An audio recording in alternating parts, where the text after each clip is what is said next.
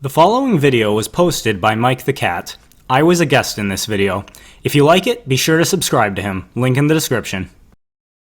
That's part of a real comment I got on my video about why ANCAPs are not anarchists, and it contains what I am forced to assume is a real opinion that Richard Black holds and is willing to admit out loud. I mean, really, this is just a poorly construed version of the most common rebuttal I get to any content I make that criticizes capitalism.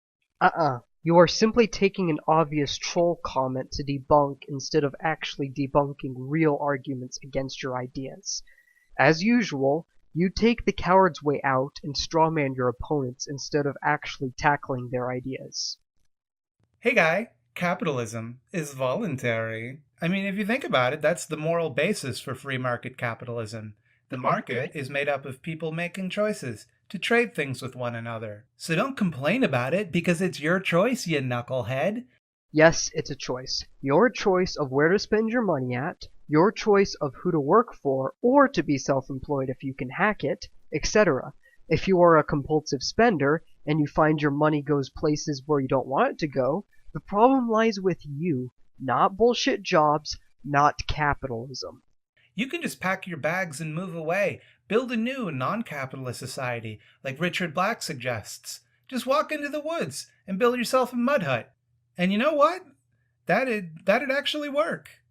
Exactly my point I made at the beginning. You're not addressing any real arguments, like the fact that you would have the freedom to start up a workers' cooperative and share your means of production with your coworkers.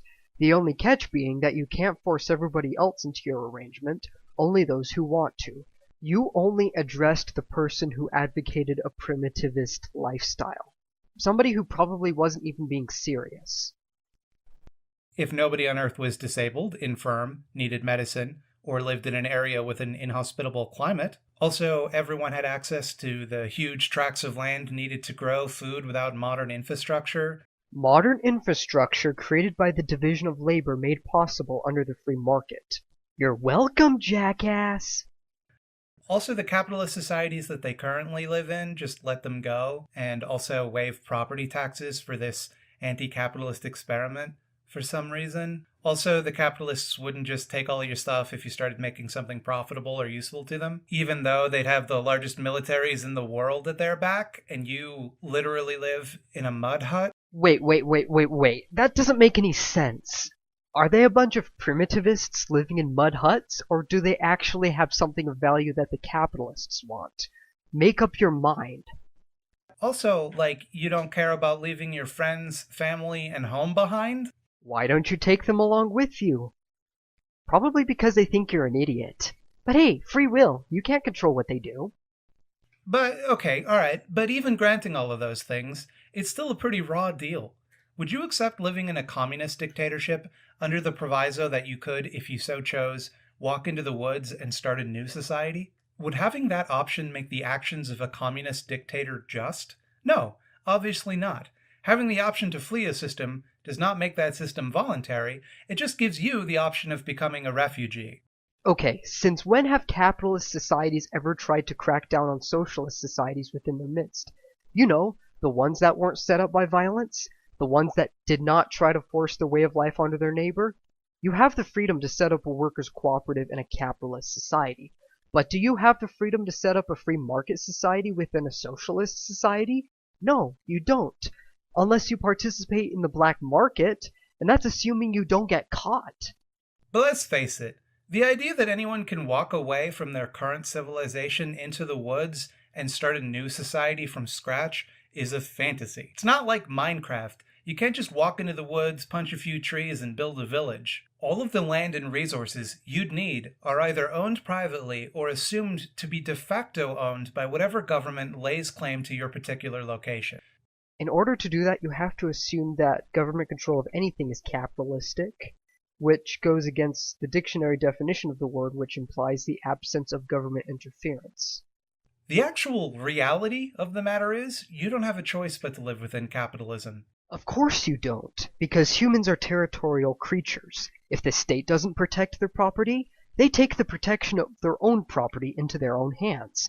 You can kill your neighbor, and you can take his car, and the only thing the cops can do is to outline his body in chalk. But if your neighbor is armed and you still want his car so bad, have fun getting a 223 round up the butthole. You see, the whole point behind private property is the fact that humans prefer to avoid conflict with their fellow man.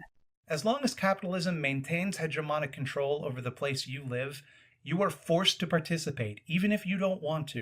And if you had your way, we wouldn't have a choice but to have our property and the fruits of our labor forcefully collectivized.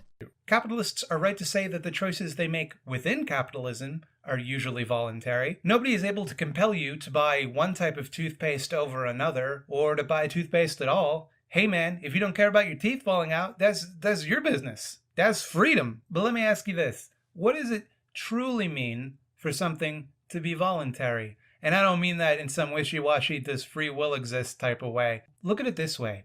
If you're mugged, is giving your money to the mugger voluntary? No? Why not? You chose to do it.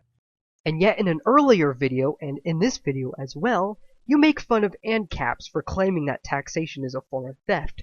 And now you're using the same friggin' analogy ANCAPs use, except this time it's forced. Well, in order for a choice to be voluntary, you have to be free to not choose it without harm coming to you.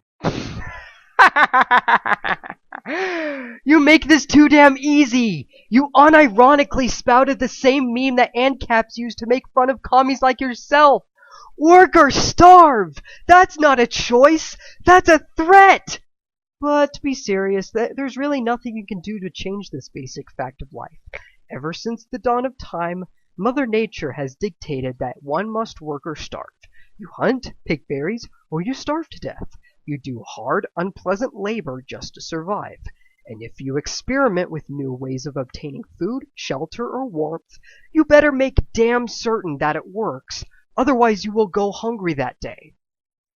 It really doesn't matter if the cause of that harm is implicit in the choice or the result of human coercion, much to the chagrin of right libertarians, who insist only the latter counts and twist themselves into knots trying to justify that position. Actually, it makes all the difference in the world. If you jump off a building without a parachute, getting smashed on the rocks or pavement below is implicit in the decision you make. Or let's be a little bit more charitable. If I were to go base jumping, the decision to do so is implicit with the risk that my parachute might fail and I die. Or say I was living in the Stone Age. My decision to not hunt or pick fruits or herbs would imply that I'm choosing to starve to death, because my neighbors certainly cannot afford to feed somebody who can work yet refuses to do so. And if I were working for my own support, and I decide to experiment with making new kinds of tools or experimenting with a new system or protocol of doing things, that would imply that I'm choosing to take the risk of going hungry that night if it fails, because I'm taking a lot of time out of hunting or picking berries. There is virtually no system that will ever circumvent the laws of nature. You can only work with the laws of nature in order to obtain the result you desire.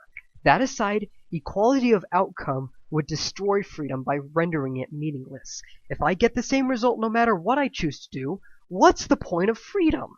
The freedom to experience the natural consequences of your actions, whether they be good or bad, is far more important than you realize, because without it, there is no point to having free agency whatsoever. I can't help but find it amusing that you just admitted here that you aren't so concerned about human coercion as you are about equality of outcome. In other words, you're living proof that the whole idea about socialists feeling oppressed by Mother Nature herself is not a straw man at all. Considering the previous video in which you twist yourself into knots by claiming that political correctness is a good thing, and this video in which you try to justify your inability to tell the difference between human coercion and the laws of nature itself, you sure have a lot of nerve claiming that ANCAPs are the ones that try to twist themselves into knots. Since you base your entire ideology off of not wanting to be oppressed by nature, I don't even have to debunk the rest of this video. I'm done.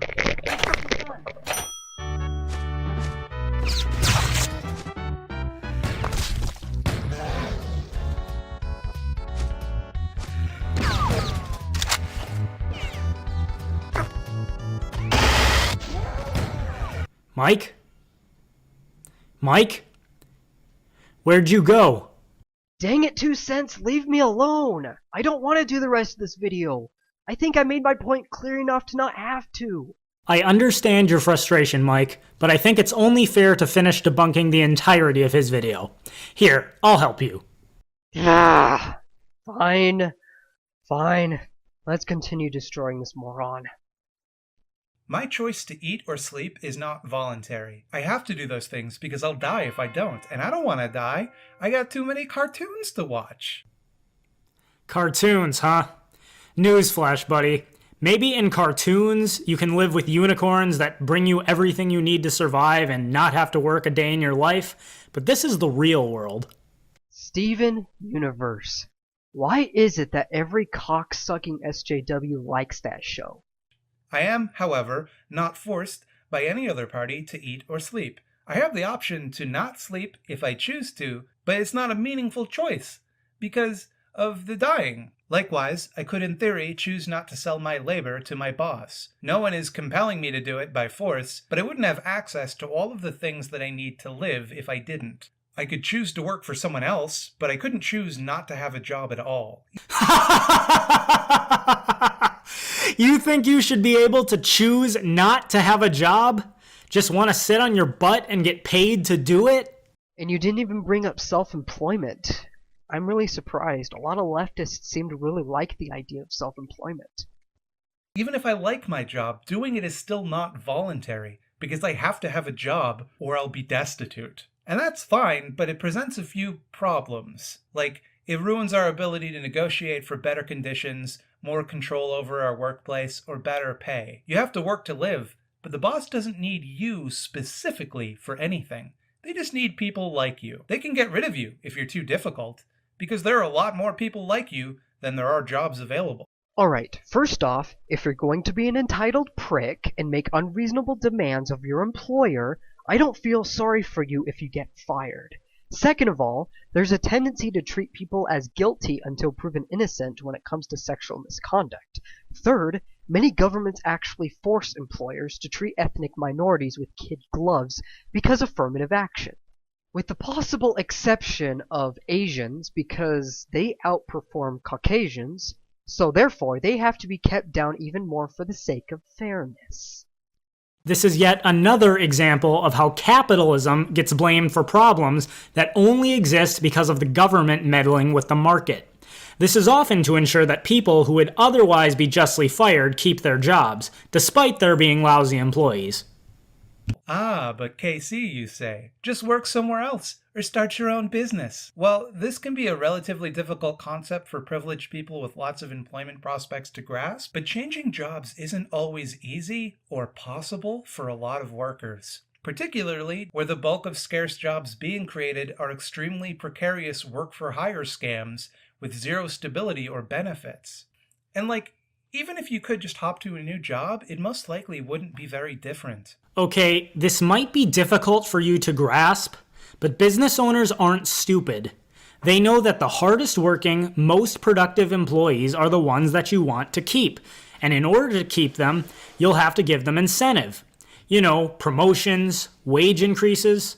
The only people that are easy to get rid of are the ones who are lazy, unproductive, and think they should get paid just for showing up. And even then, in the case that an employer has to lay off otherwise productive workers, they still give them notice so that they can look for a job elsewhere. Kind of like what happened to my dad almost 10 years ago. And even today, he still looks around for other potential jobs in case it happens to him again. Further, when there is maximum competition, businesses have to be especially careful to take the desires of their employees into account.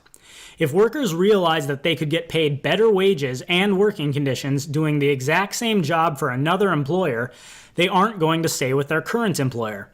It's only when government swoops in and overregulates the market to prevent competition from entering that huge corporations can get away with keeping wages and working conditions low. But that's government, not capitalism. There's an incredible amount of lobbying power dedicated to keeping wages depressed, even as productivity and profits skyrocket. Good luck trying to change that, or demanding more money. They have you over the barrel, because if you don't accept the meager amount they can legally get away with paying you, You'll just have to starve. Sorry, that's freedom. Funny you'd bring that up, because only 2.9% of American workers earn the minimum wage, and the vast majority of that demographic are not destitute at all, but they are upper-class teenagers who work part-time jobs.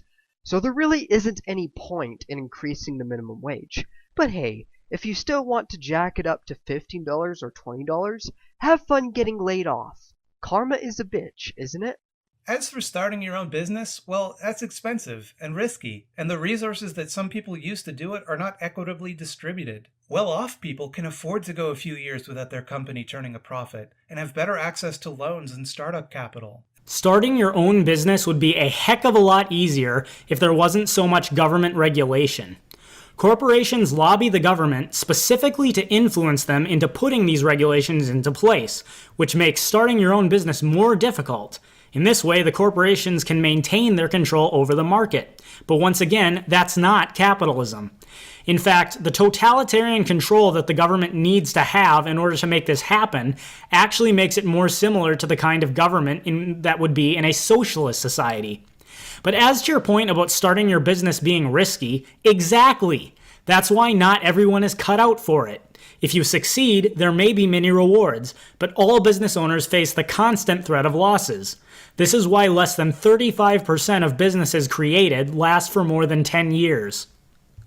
And here's a wake-up call. There aren't enough jobs to go around, which is going to get worse as automation keeps replacing more and more of the workforce. I demand higher wages! I demand this! I demand that! I'm gonna go to the government or collective and have them force you to give me what I want! Fair enough. On an unrelated note, it looks like those people in the third world are getting a pretty raw deal. If I pay them more than what they're used to getting, even if it's just a little bit more, they will break down the doors to get an application. Whee! That's exploitive! You monster! Maybe you're right. Maybe it's time to invest in automation and robots. Not only will I get my cheap labor, it's also perfectly ethical. Whee! Whee! Automation is stealing our jobs! Whee! Does nothing I do make you happy? If the only way to survive is by having a job, and there aren't enough jobs, that means that a lot of people don't get to survive. Okay, this notion that there aren't enough jobs is just ridiculous. There may not be enough of the jobs that you specifically want, but there are always jobs to be had. I can't count how many times I'm driving along and I see a homeless man on the street begging for money when there's a business with a now hiring sign right behind him. Further, business owners don't stand to make a profit if there are large amounts of unemployed people who can't purchase their products. Therefore, in a truly free market, the job market would always correct itself towards maximum jobs. It's only when the government steps in and provides welfare, giving people the incentive not to work, but also giving them the means to keep purchasing goods, that it appears that there aren't enough jobs to go around. In order to create new jobs, some old jobs need to end. It's not our fault you can't keep up.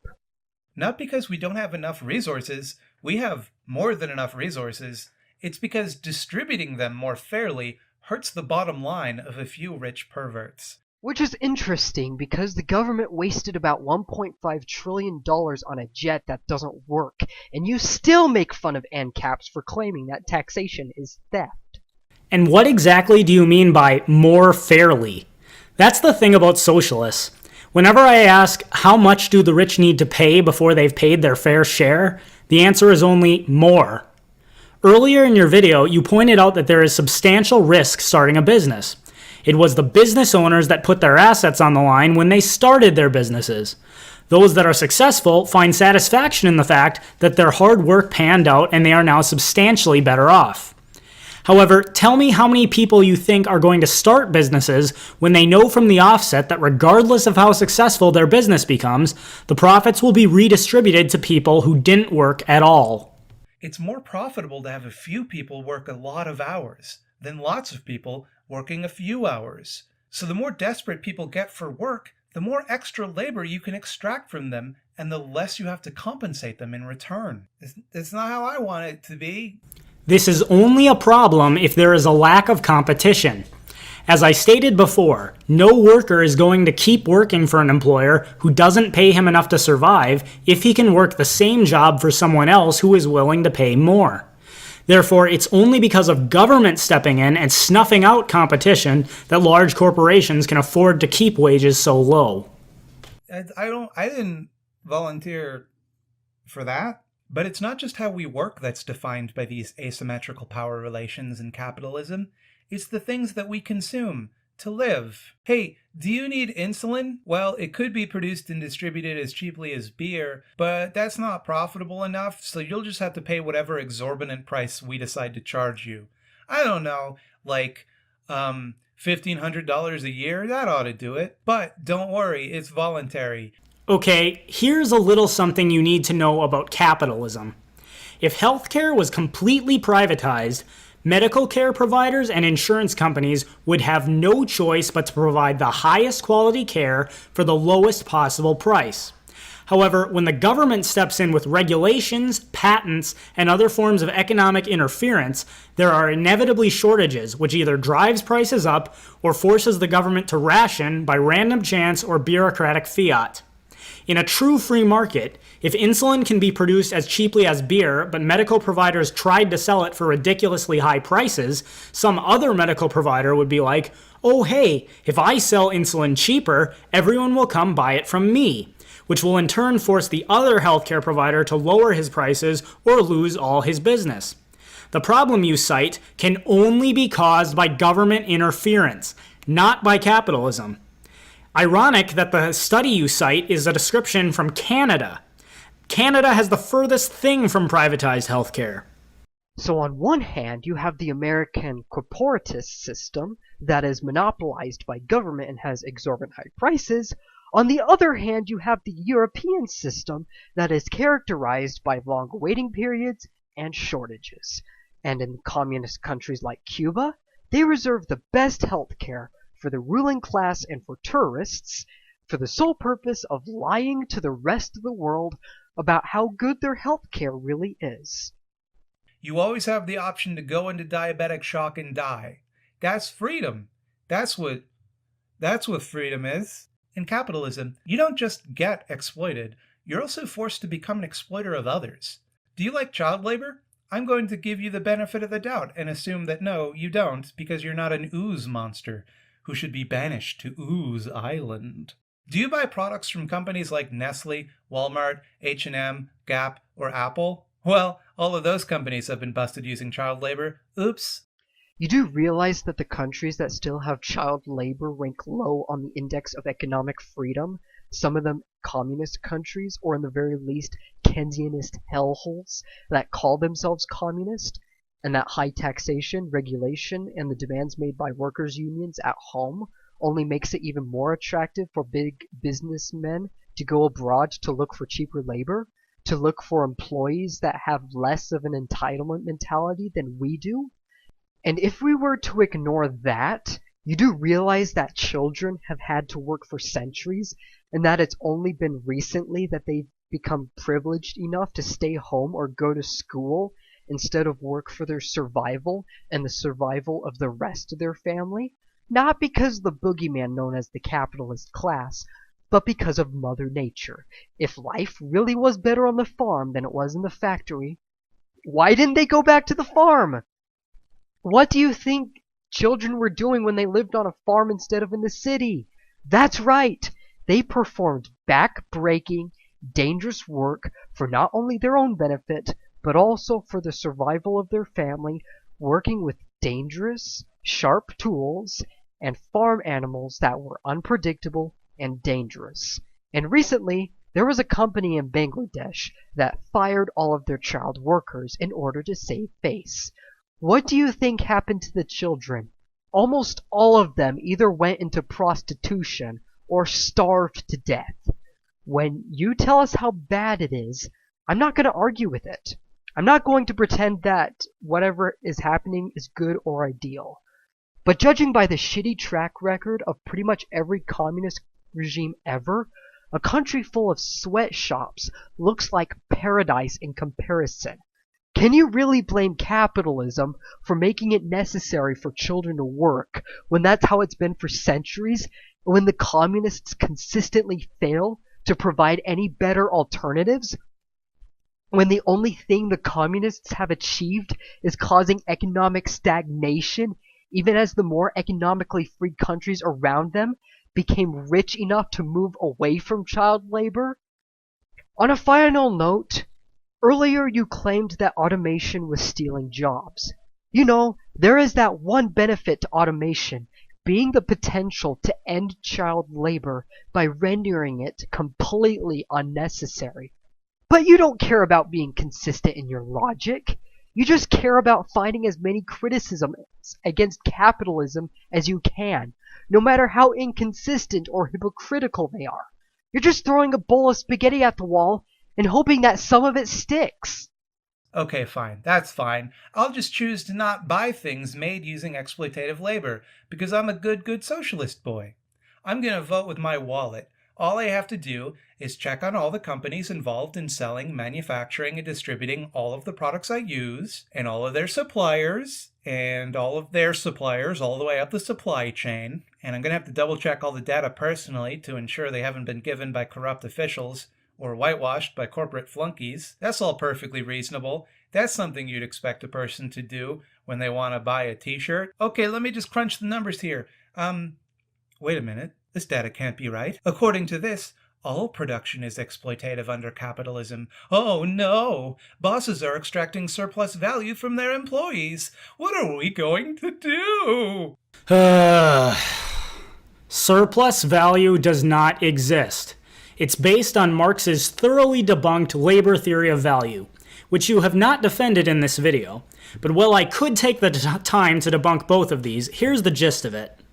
Labor workers have voluntarily chosen to work for an employer for a certain wage. If the employer receives profits after the products created by their labor are sold, then it is by default his, since he is the business owner. The funny thing is, had the products not sold, the employees would not want to have been responsible for the losses that the employer ensued. Marxists only seem to think that they are entitled to the profits, not the losses, even though both were entirely possible when the worker agreed to work for the employer for a certain wage.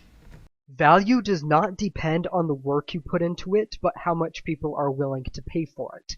Hence, you may spend hours trying to beat a particularly hard part of a video game, but the chances of you getting paid for it are very slim, because such a thing does not have any value to anyone else. We'll leave a link to a video by Esoteric Entity debunking the labor theory of value more thoroughly. So why do wieners believe that capitalism is voluntary? Well, because they personally would volunteer for it. They like it. People who don't like it, well, they have to have the option to walk away or the whole thing is imposed on them, and that's tyranny. It really doesn't matter how tenuous and farcical the terms of walking away are. What matters is that the option technically sort of exists if you squint hard enough and look at it sideways. How many times are you going to invoke Sargon's law? What do you plan on doing about the people who want to keep their private property, who want to voluntarily associate with others, who do not want to be forced to collectivize any property that can arbitrarily be determined to be a means of production, who want to use currency or Bitcoin to trade with others? That's right, you want them executed, because they're supposedly the enemies of the working class. It's not like workers' cooperatives and traditional businesses cannot coexist and compete with one another in a free market, right? Haven't you ever heard of panarchism? Look, buddy, I'll cut you a deal. When we start up our anarcho-capitalist society, I promise not to oppress you by asking you to trade with me or by offering you employment. You have my solemn word, don't you worry. That's the irony. Under anarcho-capitalism, anarcho-communists would be free to voluntarily form their own commune, if they wanted to. But anarcho-communism will always be an oxymoron, since communism requires the use of force the moment someone wants to keep the fruits of their own labor. They don't interrogate this assumption with anything approaching good faith, because they're scared of what they might find out if they did. That they like capitalism because they believe, rightly or wrongly, that it benefits them, not because it's fair. Since when was life ever fair? Near the beginning of this video, you pretty much admitted that you felt oppressed by Mother Nature itself. That capitalism is fundamentally unjust and always was. And a system that guarantees equality of outcome, a system that is not based on merit but on what you call social justice, is not unjust? You don't believe in the freedom to associate. You don't believe in the freedom to keep what's yours. You don't believe in the freedom to experience the consequences of your actions. And judging by one of the very first videos you've uploaded, you don't believe in free speech. Face it, communism should only sound good to you if you are a lazy piece of human garbage. Oh wait, Marx was a lazy piece of human garbage. Worst of all, that their successes and failures are largely outside of their personal control, because every aspect of their lives is dictated by an unfeeling, uncaring death cult of rich perverts. And your brilliant solution is to render every success or every failure completely pointless through equality of outcome. You've admitted at the very beginning of the video that you cannot tell the difference between human coercion or the forces of nature that require you to work or starve.